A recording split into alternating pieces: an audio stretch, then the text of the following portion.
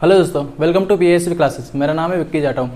तो हम मध्य प्रदेश में भौगोलिक स्थिति पढ़ रहे थे, मध्य प्रदेश के पठार। ठीक है, मेरा पहला लेक्चर हो चुका है और जिसको भी मध्य भारत का जो पठार है, जो मैंने ये वाला बताया था, इसे आप देख लेना। ठीक है, आज हम चालू करने वाले हैं बुंदेलखंड का पठार। ठीक है, तो ठीक है, आप नोट करते जाइए और देखिए भी साथ में। तो हम आज पढ़ाने वाले हैं बुंदेलखंड का पठार। ये इसकी स्थिति है।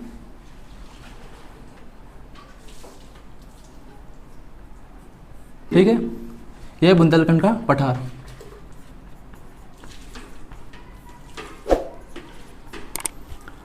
ठीक है, तो हम इसकी भी विशेषता देखेंगे, इसका निर्माण कैसे हुआ।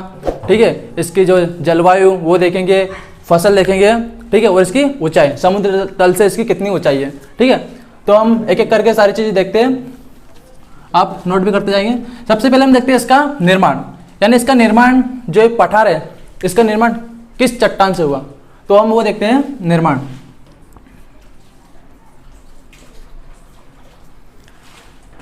इसका निर्माण हुआ ग्रेनाइट चट्टान, ग्रेनाइट और नीस, यानी ग्रेनाइट चट्टानों के अपरदन के बाद ही नीस का निर्माण होता है। तो इन दोनों से इसका निर्माण हुआ, ग्रेनाइट और नीस से। ठीक है, अब बात करें इसका क्षेत्रफल कि मध्य प्रदेश में इसका क्षेत्रफल कितना है। ठीक है, क्षेत्रफल देख लेते हैं इसका। इसका क्षेत्रफल है 23,723। ठीक है, 733 होगा, सॉरी 733 वर्ग किलोमीटर। ठीक है, इसका ये क्षेत्रफल है। ठीक है दोस्तों, बात करें इसका परसेंटेज, कितना परसेंटेज इसका, तो ये 7.70 इसका परसेंटेज है, यानी संपूर्ण मध्य प्रदेश का जो क्षेत्रफल है इसमें इसका कितना परसेंट है, 7.70। ठीक है, इसकी समुद्र तल से ऊंचाई देख लेते हैं। अक्सर एग्जामों में ये फैक्ट तो पूछा ही जाता है कि समुद्र तल से इसकी ऊंचाई कितनी होती है, तो हमें इसकी ऊंचाई पता होना चाहिए। ठीक है, तो इसकी औसतन ऊंचाई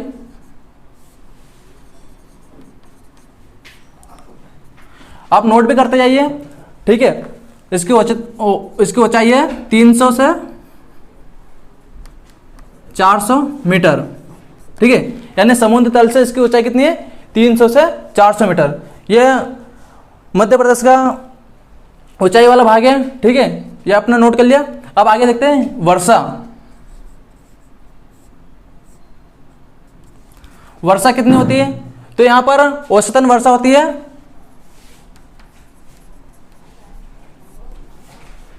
75 से 100 सेंटीमीटर के समथिंग आसपास, यानी 75 से 100 सेंटीमीटर के समथिंग यहाँ पर वर्षा होती है। ठीक है, यानी मध्य भारत के पठार से काफ़ी ज़्यादा वर्षा होती है। ठीक है, हमने मध्य भारत के पठार देखा था, उसमें औसतन कितनी थी, 75 सेंटीमीटर। यहाँ पर कितनी, 75 से 100 सेंटीमीटर के आसपास यहाँ पर वर्षा होती है। अब हम देखते हैं फसल, फसल कौन कौन सी होती है, और ये सीधे फैक्ट में पूछे जाते हैं कि बुंदेलखंड के पठार की प्रमुख फसलें, औसतन ऊंचाई, वर्षा, क्षेत्रफल, निर्माण, ये फैक्ट के रूप में पूछे जाते हैं। तो हम इन्हें डायरेक्ट देख रहे हैं, और आप अगर बुक पढ़ोगे तो आपको बहुत सारा बहुत सारा आपको एक तरह से कह सकते हैं बहुत सारा कचरा मिलेगा, क्योंकि बहुत सारी लाइनें कहाँ पे कहाँ लिखी हुई है और उलझी हुई लाइन लिखी हुई है। तो मैं आपको बिल्कुल साफ सुथरा लिखा रहा हूँ। ठीक है, तो आप नोट भी करते जाइए। फसल की बात करते हैं, यहाँ पर फसल है गेहूं, ज्वार, अलसी। ठीक है, ये प्रमुख फसल है। गेहूं तो यूं मान के चलो मध्य प्रदेश के संपूर्ण हिस्से में आपको मिलेगा ही मिलेगा।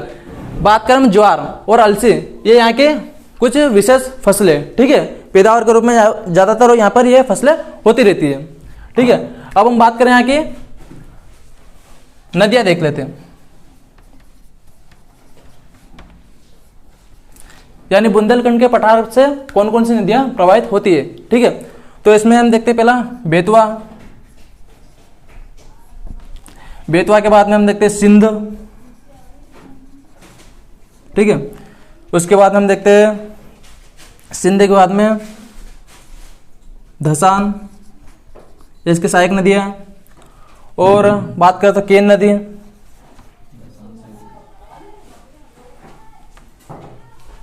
सॉरी गलत लिख दिया सर मैंने।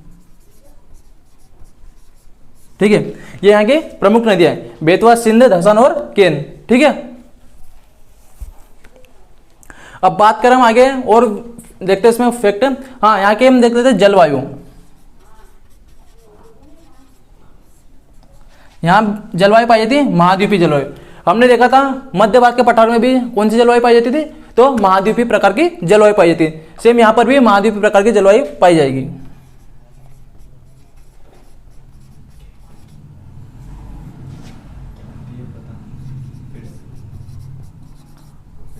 और मैंने आपको पिछले वीडियो में बताया था कि महाद्वीपीय प्रकार की जलवायु क्या किसे कहते हैं, तो आप वो वीडियो भी देख लेना। और मैं आपको अभी भी बता देता हूँ थोड़ा सा। महाद्वीपीय प्रकार की जलवायु वह जलवायु जिसमें गर्मी में अधिक गर्मी और शीत में यानी ठंड में अधिक ठंड पड़ती है, यानी इसका तापांतर अधिक होता है। गर्मी में जो इसका तापांतर था वो लगभग 40 से 50 डिग्री के आसपास पहुंच जाता।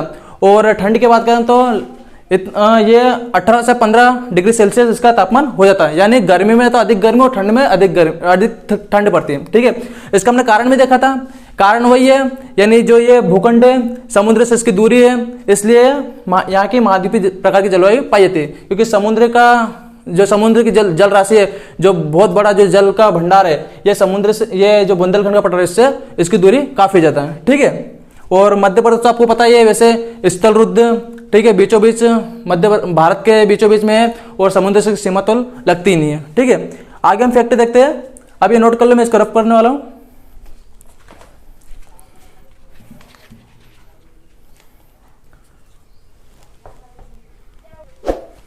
ठीक है, अब देख लेते हैं यहाँ की हम मिट्टी कौन सी यहाँ पर पाई जाती है।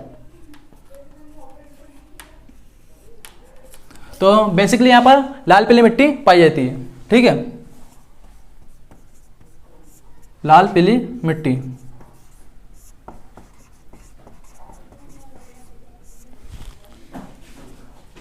हो गए।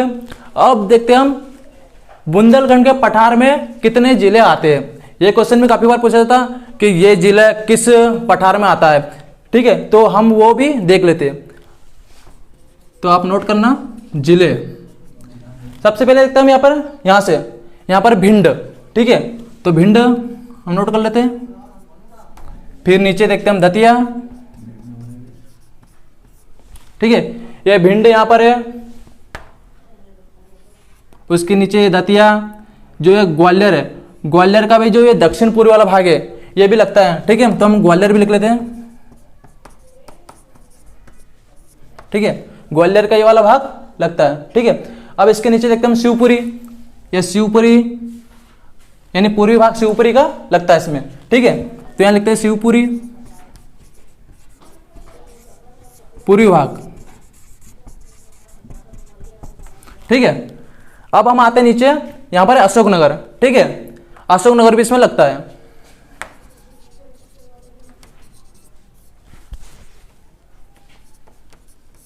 ठीक, अशोकनगर के बाद में यहां बात करते हैं हम, यहां पर जिला है सागर। तो सागर का उत्तरी भाग इसमें लगता है।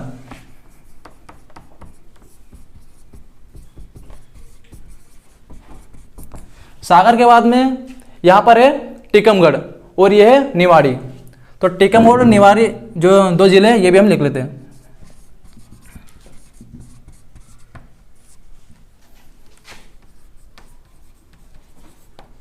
ठीक है, तो बेसिकली इतने जिले बुंदेलखंड के पठार में लगते हैं। ठीक है, अब एक वेरी आईएमपी क्वेश्चन यहां से बनता है, हम वो देखने वाले। ठीक है, और वो क्या है, तो वो है बुंदेलखंड की सबसे ऊंची चोटी कौन सी है। ठीक है, तो बुंदेलखंड की सबसे ऊंची चोटी है सिद्ध बाबा की चोटी, जिसकी हाइट क्या है, जिसकी हाइट है समुद्र तल से 1172 मीटर। ठीक है, तो अभी वो भी हम लिख लेते हैं। और ये जो मैंने पॉइंट बताया सबसे ऊंची चोटी, ये वाला क्वेश्चन कितनी एग्जाम में, यानी पीवी की जो मध्य प्रदेश की जो एग्जाम है, ठीक है, उसमें कितनी बार ये क्वेश्चन पूछा गया है, तो वो भी आप नोट कर लीजिए। सबसे ऊंची चोटी,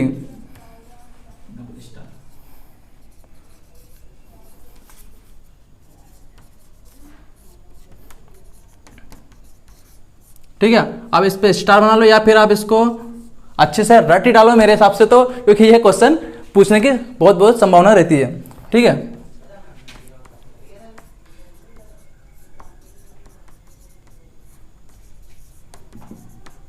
इसकी हाइट भी लिख लीजिए 1172 मीटर। ठीक है, यानी मध्य प्रदेश की सबसे ऊंची चोटी तो आपको पता होगी धूपगढ़, लेकिन सेकंड जो चोटी है ऊंचाई में वो कौन सी है? सिद्ध बाबा की चोटी। ठीक है, ये आपने नोट कर लिया। और हाँ, ये कहां पर पड़ती है? तो ये पड़ती है आपके भांडेर श्रेणी में। भांडेर श्रेणी, अभी हम पठार पढ़ रहे हैं, जब हम पर्वत पढ़ेंगे मध्य प्रदेश के तो मैं आपको बताऊंगा जो विंध्याचल पर्वत श्रेणी है वो 3 भागों में बटी है, सॉरी 2 या 3 भागों में बटी है। हम उसके देखेंगे जो पूर्वी भाग है उसमें आती है भांडेर की श्रेणी। तो भांडेर की श्रेणी में ये सिद्ध बाबा की चोटी जो सबसे ऊंची चोटी है बुंदेलखंड की वो पड़ती है। ठीक है, तो आपको ये जानकारी भी होनी चाहिए। ठीक है, आप नोट कर लीजिए। जैसे हम आगे बढ़ते हैं, अब हम देखते हैं यहाँ पर वनोपज यानी वन, या यूं बोले तो कौन कौन से मुख्य रूप से यहाँ पर वृक्ष पाए जाते हैं, यानी उपयोगी वृक्ष जिनसे हमें क्या मिलता है? लकड़ियाँ, यानी इमारती लकड़ियाँ मिलती है, जो फर्नीचर का काम, फर्नीचर जो रहते हैं सेट बना उसमें काम आती है। बात कर दूसरी हम तो हमें जो वन का जो औषधियाँ मिलती है वन से, और ईंधन के रूप में जलाऊ लकड़ियाँ मिलती है। उसके बाद में वन क्या करता है? जीव जंतुओं को संरक्षण भी प्रदान करता है। ठीक है, तो ये सारी खूबियाँ वन में दिखाई देती है। ठीक है, हम इसमें वो मुख्य वृक्ष देखेंगे जैसे कि सागौन, साल, ठीक है, महुआ के और तेंदुपत्ता, जिससे बीड़ी का उद्योग किया जाता है। ठीक है, तो वो हम वन देखेंगे। ठीक है, तो आप नोट करते जाइए। इसमें सबसे पहले देखेंगे हम सागौन का वन, सागौन के वृक्ष। ठीक है, बात करें इसमें हम महुआ, यानी जिससे शराब बनाई जाती है। ठीक है, हम देखते हैं तेंदुपत्ता। तेंदुपत्ता, ये वाला क्वेश्चन अक्सर पूछा जाता है। ठीक है, तो ये आप ध्यान से, जो वन में पढ़ा रहा हूं ये आपको अच्छे से पता होना चाहिए। ठीक है, एक और महत्वपूर्ण पेड़ है वो है खेर। ठीक है, खेर के पेड़ से क्या कत्था बनाया जाता है। ठीक है, तो ये भी बहुत महत्वपूर्ण पेड़ है, क्योंकि उद्योगिक क्षेत्र में बहुत ये कारगर पेड़ है। ठीक है, इसके बाद हम देखते हैं नीम तो आपको पता होगा, बेसिकली औषधि में ज़्यादा काम आता है। तो हम इसकी विशेषता है कि यहाँ पर बहुत ज़्यादा मात्रा में पाया जाता है। ठीक है, अब हम देखते हैं खनिज, कि बुंदेलखंड के पठार में खनिज क्या क्या पाए जाते हैं। तो हम इधर लिख लेते हैं। खनिज में बात करें तो रॉक फॉस्फेट। ठीक है, ये ज़्यादा मात्रा में पाया जाता है।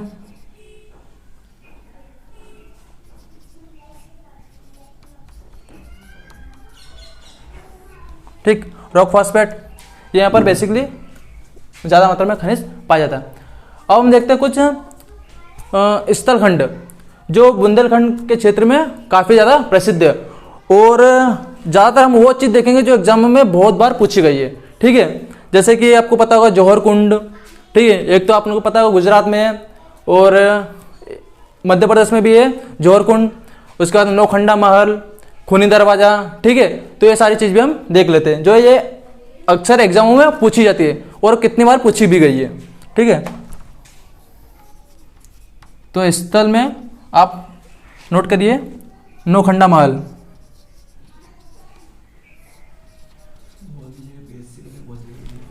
नौखंडा महल। अब हम देखते हैं खूनी दरवाजा।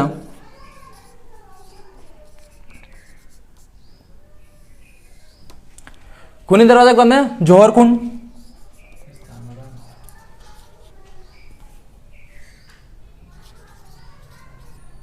ठीक है, जौहर कुंड हो गया। इसके बाद हम बात करें तो सतखंडा महल, यह भी बहुत बार पूछा गया है। सतखंडा महल,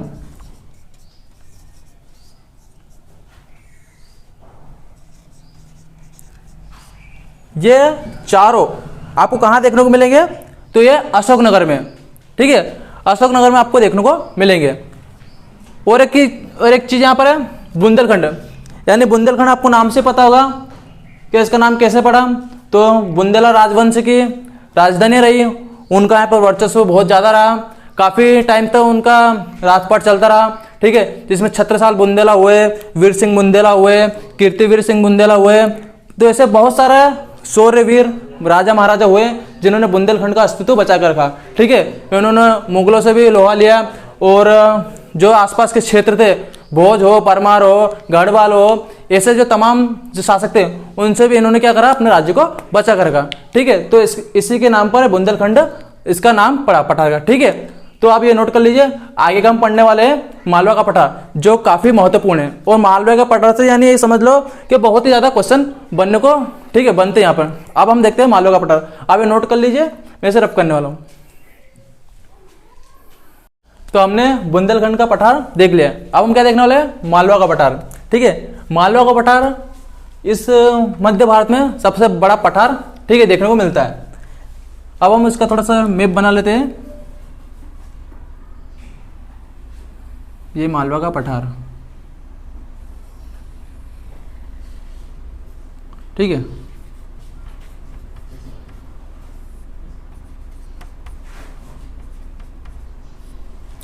मालवा का पठार, हेडिंग डाल लीजिए।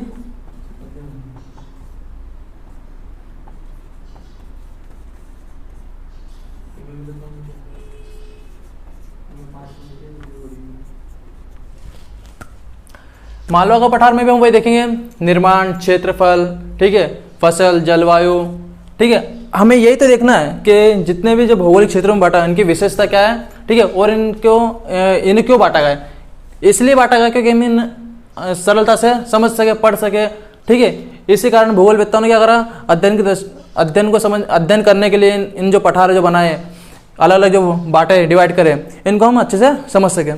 हम देख रहे हैं मालवा का पठार। मालवा का पठार में हम देखेंगे सबसे पहले निर्माण कैसे हुआ। तो हेडिंग डालिए, निर्माण। निर्माण इसका हुआ है डक्कन ट्रैप के चट्टानों से। अब डक्कन ट्रैप के चट्टान क्या है, ये मैं चट्टान में पढ़ूंगा, लेकिन मैं आपको थोड़ा सा भी बता देता हूँ। डक्कन ट्रैप के चट्टान, अवसादी चट्टान, आग्नेय चट्टान, ठीक है, वो मैं थोड़ा सा आपको बता देता हूँ।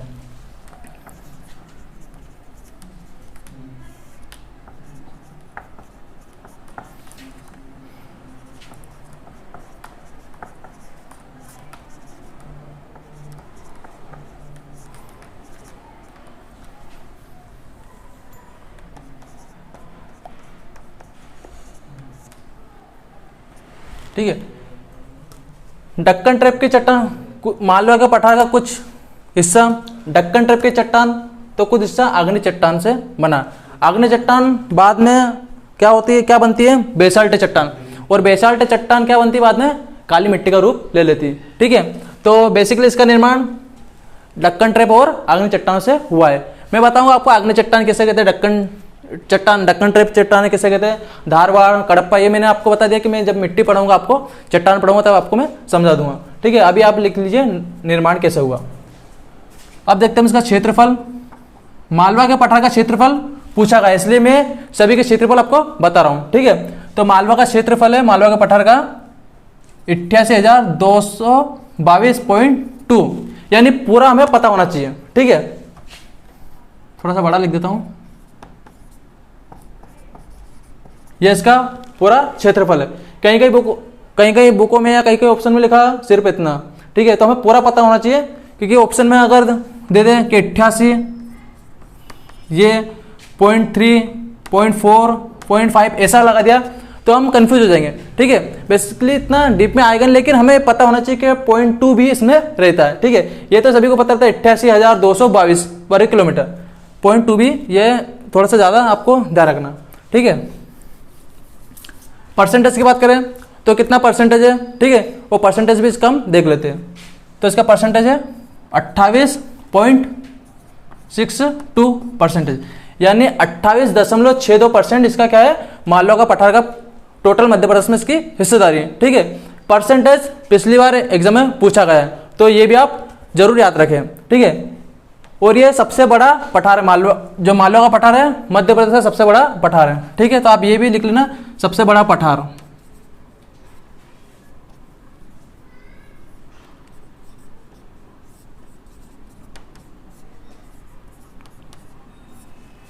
ठीक है, सबसे बड़ा पठार है मालवा का पठार मध्य प्रदेश में। ठीक है, अब हम देखें तो इसकी मिट्टी, कि इसमें कौन सी मिट्टी पाई जाती है? इसमें ज़्यादातर काली मिट्टी पाई जाती है।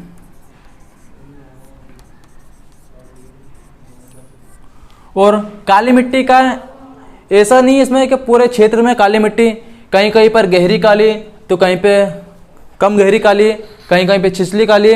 ठीक है, तो वो चीज़ भी हम मिट्टी पढ़ेंगे तो आपको मैं अच्छे से समझा दूंगा। अभी आप इतना याद रखिए कि मालवा के पठार में कौन सी मिट्टी पाई जाती है? काली मिट्टी। सीधा सा क्वेश्चन आता है कि मालवा के पठार में कौन सी मिट्टी पाई जाती है? तो है काली मिट्टी। ठीक है, अब मैंने आपको बताया थोड़ा सा ये काली मिट्टी का निर्माण कैसा था, तो बेसाल्ट से इसका निर्माण होता है। ठीक है, अब बात करते हैं फसल। तो काली मिट्टी किस फसल के लिए सबसे ज़्यादा उपयोगी, यानी सबसे ज़्यादा जो उत्पादन कौन सी फसल करती है? काली मिट्टी। तो सबसे ज़्यादा ये उत्पादन करती है यह कपास।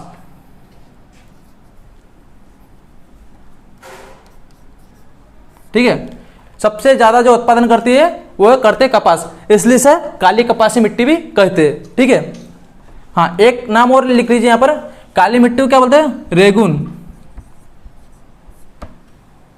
ठीक है, इसे रेगुन मिट्टी भी बोला जाता है। कपास हमने देख लिया सबसे ज़्यादा मात्रा में होता है। बात करें फिर सोयाबीन। आपको पता होगा मध्य प्रदेश को सोया स्टेट बोलते हैं, और सबसे ज़्यादा सोयाबीन कहाँ होता है? तो मालवा के पठार में सबसे ज़्यादा सोयाबीन होता है। ठीक है, सोयाबीन के बाद हम देखते हैं गेहूं। गेहूं भी बहुत ज़्यादा मात्रा में मालवा के पठार में होता है। ठीक है, गेहूं के बाद हम देखते हैं मूंगफली। तो मूंगफली भी मध्य प्रदेश के मालवा के पठार में होती है, और ये इस साइड पूर्वी साइड होती है, क्योंकि आपको पता होगा गुजरात जो कि मूंगफली में सबसे बड़ा राज्य है मूंगफली उत्पादन में भारत का, तो मूंगफली भी मध्य प्रदेश में होती है। ठीक है, अब हम देख लेते हैं इसकी ऊंचाई।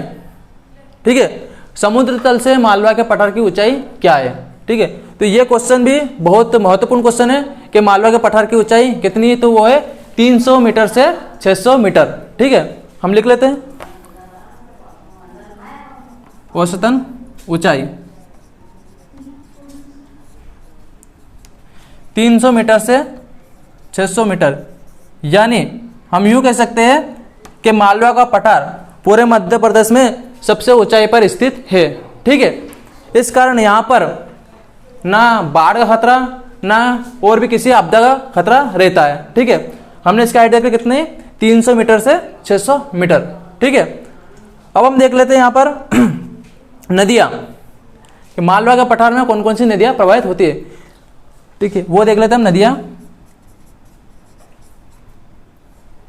तो मालवा के पठार से बहुत सारी नदियाँ निकलती है, जैसे आपने सुना ही होगा चंबल नदी।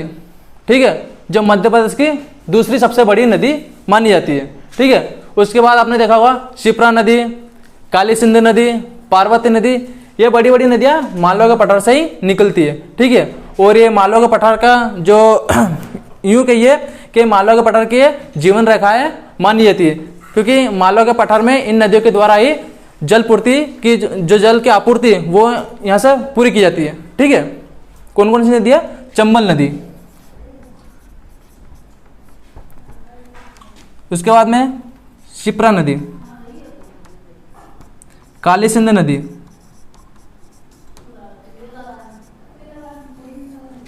पार्वती नदी, और भी छोटी छोटी नदियाँ।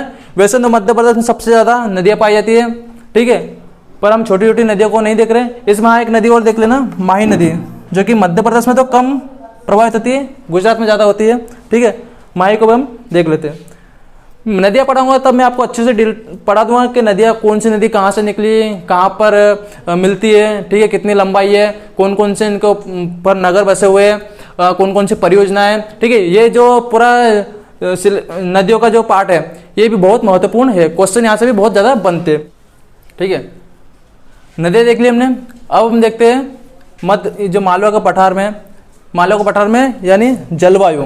ठीक है, तो जलवायु कौन सी पाई जाती है? हमने देखा बुंदेलखंड के पठार में, मध्य भारत के पठार में महाद्वीप प्रकार की जलवायु पाई जाती थी। हम देखते हैं मालवा के पठार में कौन सी जलवायु पाई जाती है।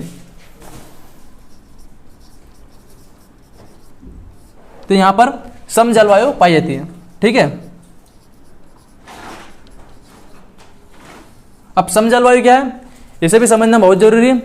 सम जलवायु यानी बेसिकली सीधी भाषा में समझे तो इस क्षेत्र में ना तो ज़्यादा सर्दी में यानी ठंड में ज़्यादा ठंड पड़ती है और ना ही गर्मी में ज़्यादा गर्मी होती है, यानी बैलेंस बराबर, ठंड भी उतनी पड़ती है जितनी गर्मी पड़ती है, यानी तापांतर में ज़्यादा अंतर नहीं होता।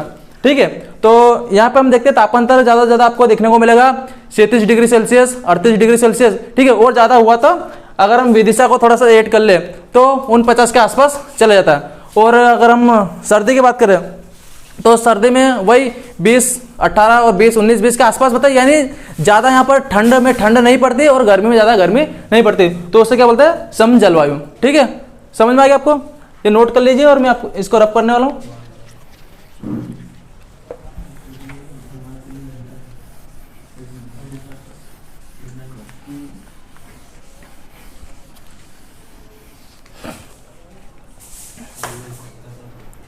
ठीक है, हमने जलवायु देख ली।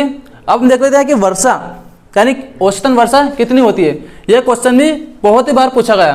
ठीक है, तो यहाँ की वर्षा देख लेते हैं हम, वर्षा कितनी होती है इस मालवा के पठार में। तो वर्षा होती है 100 से 125 सेंटीमीटर। ठीक है, यह औसतन वर्षा है। ठीक है, औसतन वर्षा कितनी होती है 100 से 125 सेंटीमीटर यहाँ पे वर्षा होती है मालवा के पठार में।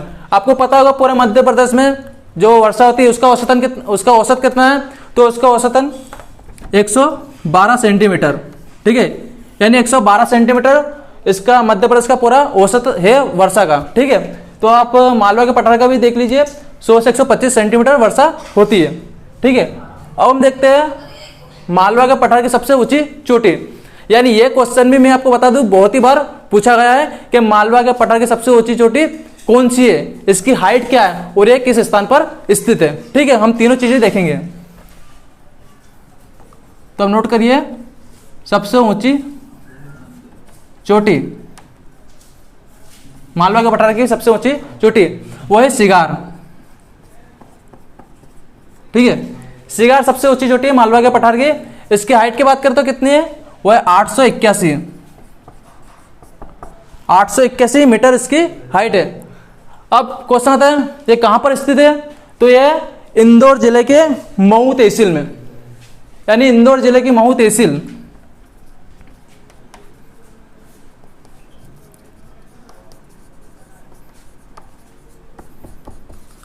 ठीक है, ये आपको पता होना चाहिए कि इंदौर जिले की मऊ तहसील में यह सिगार चोटी स्थित है। यहीं से चंबल नदी का उद्गम हुआ है। ठीक है, कौन से पहाड़ी से, जानापाव के पहाड़ी से कौन सी नदी निकली है, चंबल नदी, और वहीं पे सबसे ऊंची चोटी है सिगार। ठीक है, ये फैक्ट आपको समझ में आ गया।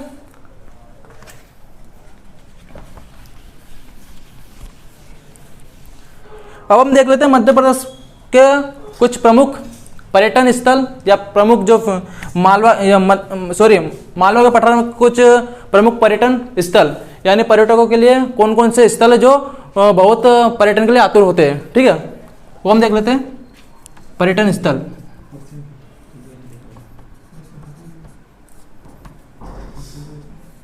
ठीक है, तो मालवा के पठार का हम देखते हैं पर्यटन स्थल में प्रमुख, सबसे पहले यूनेस्को में शामिल।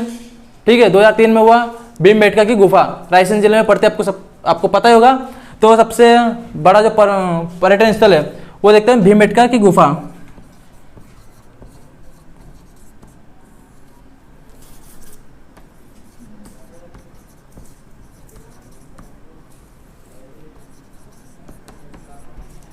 ठीक है, भीमबेटका की गुफा यूनेस्को ने कब शामिल करा इसे, तो इसे 2003 में विश्व धरोहर की सूची में शामिल करा।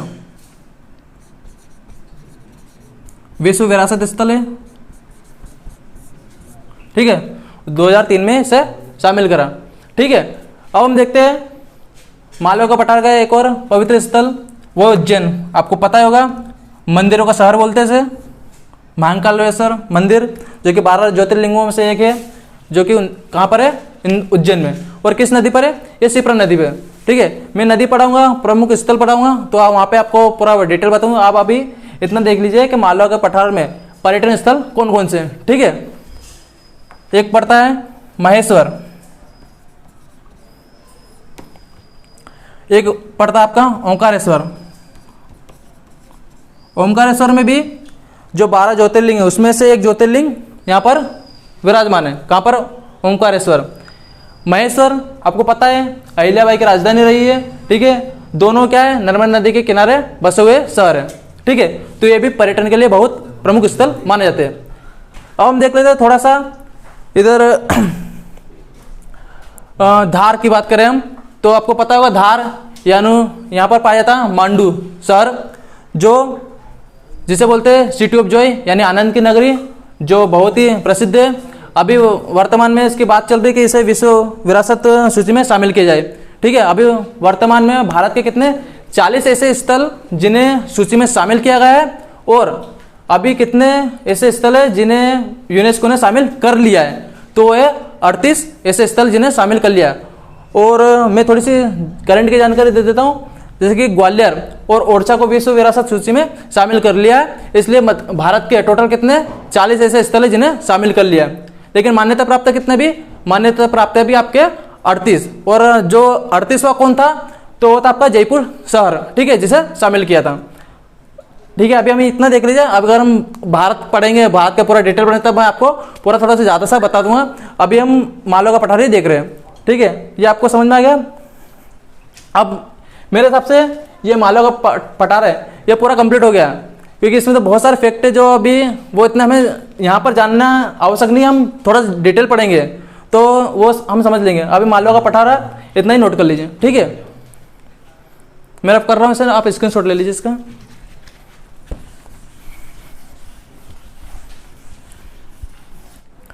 ठीक है दोस्तों, हमारा मालवा का पठार कंप्लीट हो गया। अब हम देखते हैं नर्मदा सोन घाटी। ठीक है, ये भी महत्वपूर्ण पठार है, इसे भी हम देख लेते हैं। तो इसका मैप आप इधर बना लीजिए। ये कुछ आयताकार में आपको दिखेगा,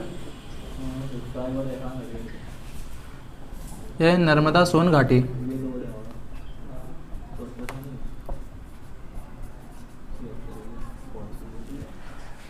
नदियों के बहने से दरअसल क्या है, यहाँ पर घाटी पड़ चुकी है, इसलिए नर्मदा सोन घाटी इसका नाम पड़ा हुआ है। ठीक है, और नर्मदा नदी यहाँ से प्रवाहित जाती है।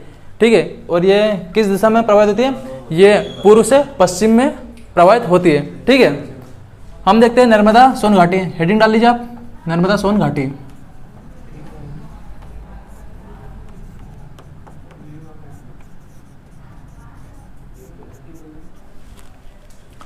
अब वही हम इसका देखेंगे क्षेत्रफल, निर्माण। ठीक है, और वही सारी चीजें जो अब तक हम देखते हुए आए हैं। अब देखते हैं निर्माण। तो इसका निर्माण कौन चट्टानों से हुआ, इसका निर्माण हुआ है धारवाड़, कडप्पा। ठीक है, ये ऐसी कुछ चट्टानें यहाँ पर मिश्रित रूप से पाई जाती है, धारवाड़, कडप्पा। ठीक है, और एक और है डक्कन ट्रैप, डेक्कन ट्रैप। ठीक, ये तमाम यहाँ पर क्या है, चट्टानें पाई जाती है, और इनसे इसका निर्माण हुआ है। क्षेत्रफल देखते हैं।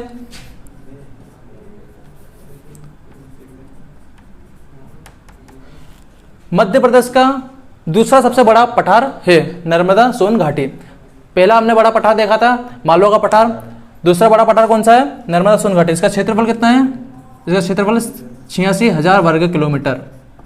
ठीक है, कितना क्षेत्रफल है इसका, 86,000 वर्ग किलोमीटर। ठीक है, परसेंटेज भी इसका देख लेते हैं हम। इसका परसेंटेज है 27.67%। ठीक है, 27.67% इसका क्या है, इसका जो कुल क्षेत्रफल में मध्य प्रदेश के कुल क्षेत्रफल में इसकी हिस्सेदारी कितनी है, 27.67% है। ठीक है, अब देख लेते हैं इसका जलवायु। बेसिकली जो मैंने पॉइंट निकाले, निर्माण, क्षेत्रफल, जलवायु, मिट्टी और फसल, नदियाँ, यही जो पॉइंट है क्वेश्चन बनने लायक होते हैं। तो मैंने वही पॉइंट मैं आपको बता रहा हूँ। फालतू की जो जानकारी है वो मैं आपको नहीं बता रहा हूँ, जो एग्जाम में आने लायक है वही मैं आपको बता रहा हूँ। ठीक है, तो जलवायु देखते हैं। यहाँ पर जलवायु पाई जाती है मानसूनी जलवायु।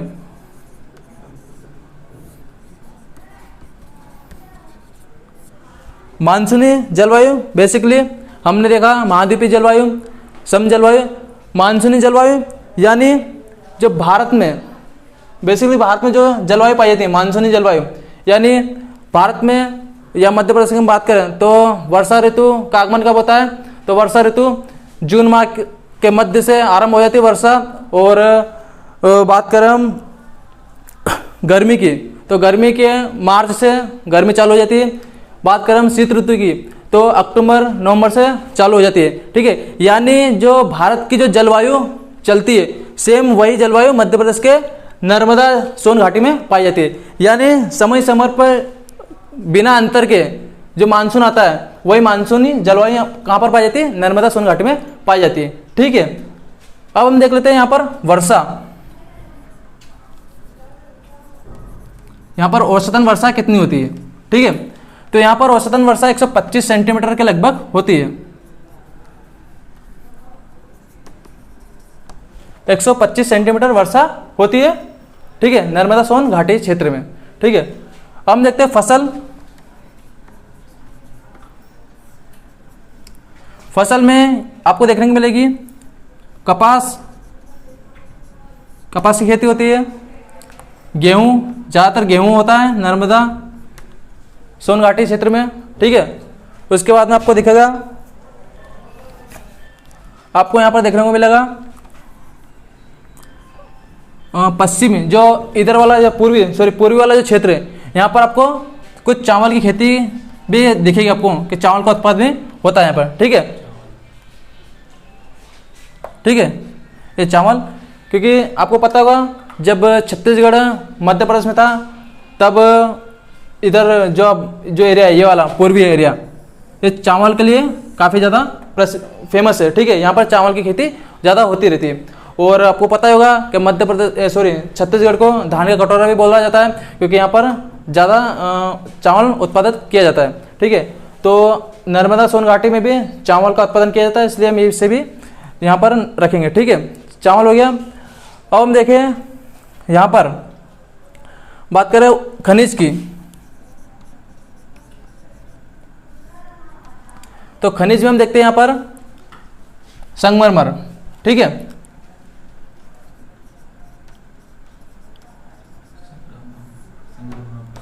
ठीक है, संगमरमर यहाँ पर मुख्य खनिज पाया जाता है। इसके बाद में देखते हैं हम टंगस्टन, राम राम कर दिया।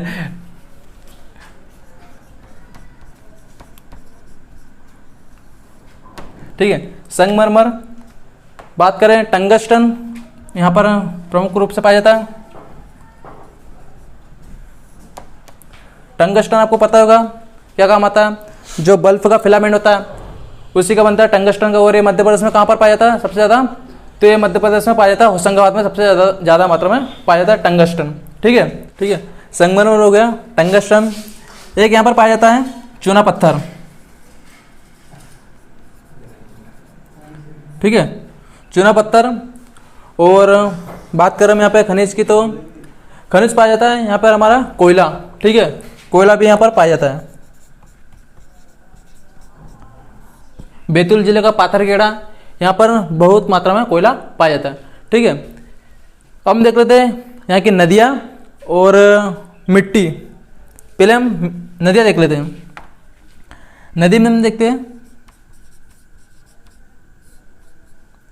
नदी नाम से जैसे कि पता हमें, नर्मदा नदी प्रमुख नदी यहाँ की। ठीक है, नर्मदा के बाद हम बात करें तो यहाँ पर नर्मदा की सहायक नदी में दूधी नदी। ठीक है, ठीक है, दूधी नदी। और हम देखते हैं तवा नदी, जो कहाँ से निकलती है?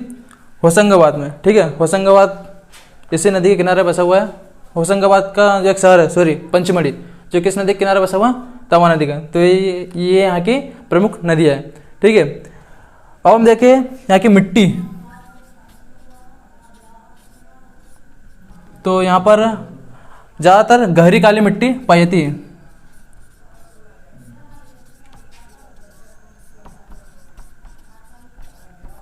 गहरी काली मिट्टी पाई जाती है। ठीक है, ये नोट कर लीजिए। मैं जो फैक्ट बचे मैं ऊपर लिख देता हूँ।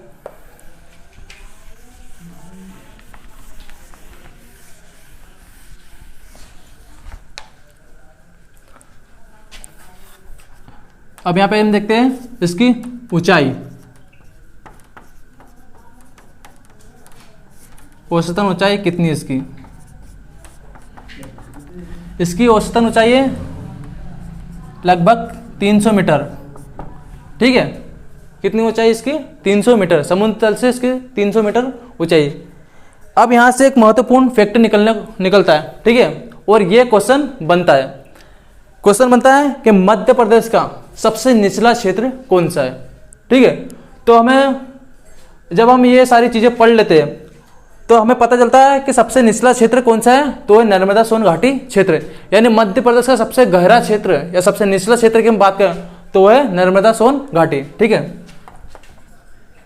या हमने देखा सबसे ऊंचाई पर जो सबसे ऊंचा क्षेत्र है वो हमने कौन सा देखा था? हमने देखा था मालवा का पठार सबसे ऊंचा क्षेत्र है मध्य प्रदेश में, और सबसे गहरा हम देख रहे हैं नर्मदा सोन घाटी क्षेत्र। ठीक है, सबसे निचला क्षेत्र।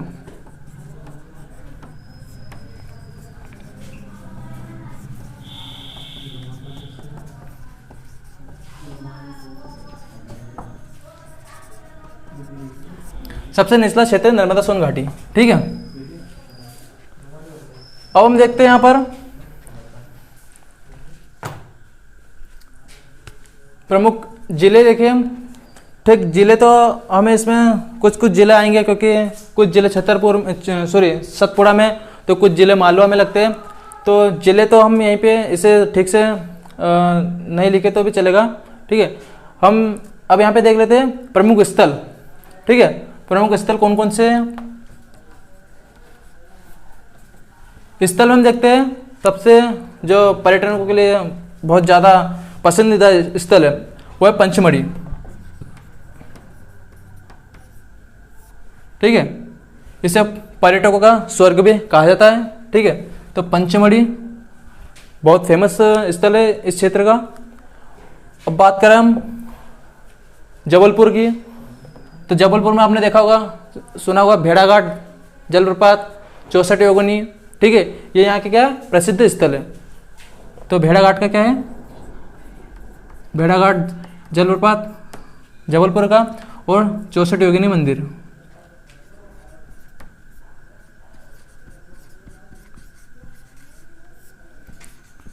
ये कहाँ पर है?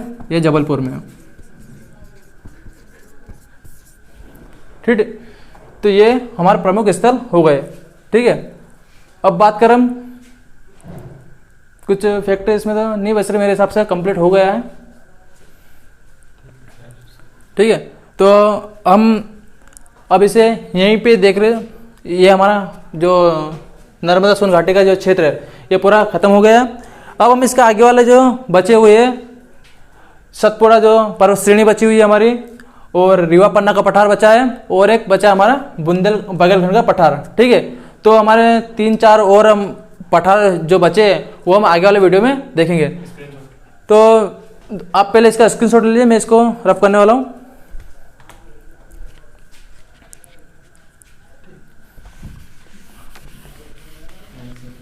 ठीक है दोस्तों, आज क्लास हम यहीं पे रखते हैं, और मेरा जो पुराना वीडियो वो भी आप देख लीजिए। तो आपको क्या पूरा डिटेल सीक्वेंस में पता चल जाएगा कि हम मध्य प्रदेश में जो भौगोलिक स्थिति इसके पठार हम पढ़ रहे हैं, और 2 लेक्चर हमारे इसके हो गए। ठीक है, और बेसिकली जो भी स्टूडेंट इस मध्य प्रदेश कांस्टेबल की एग्ज़ाम के साथ साथ अगर मध्य प्रदेश जो सिविल सेवा की जो परीक्षा है और जिसका भी प्री होने वाला है, ठीक है, वो भी आप सिलेबस कंप्लीट करना चाहते तो मेरे वीडियो देखिए। और मैं बेसिकली जो मध्य प्रदेश 2020 की जो परीक्षा है मध्य प्रदेश सिविल सेवा जो प्री है उसके सिलेबस के हिसाब से मैं पढ़ा रहा हूँ। तो जो भी स्टूडेंट पीएससी देने वाले हैं उनके लिए जो ये वीडियो बहुत उपयोगी होने वाला है। ठीक है, तो वीडियो को लाइक करें, शेयर करें और सब्सक्राइब करें। ठीक है, थैंक यू।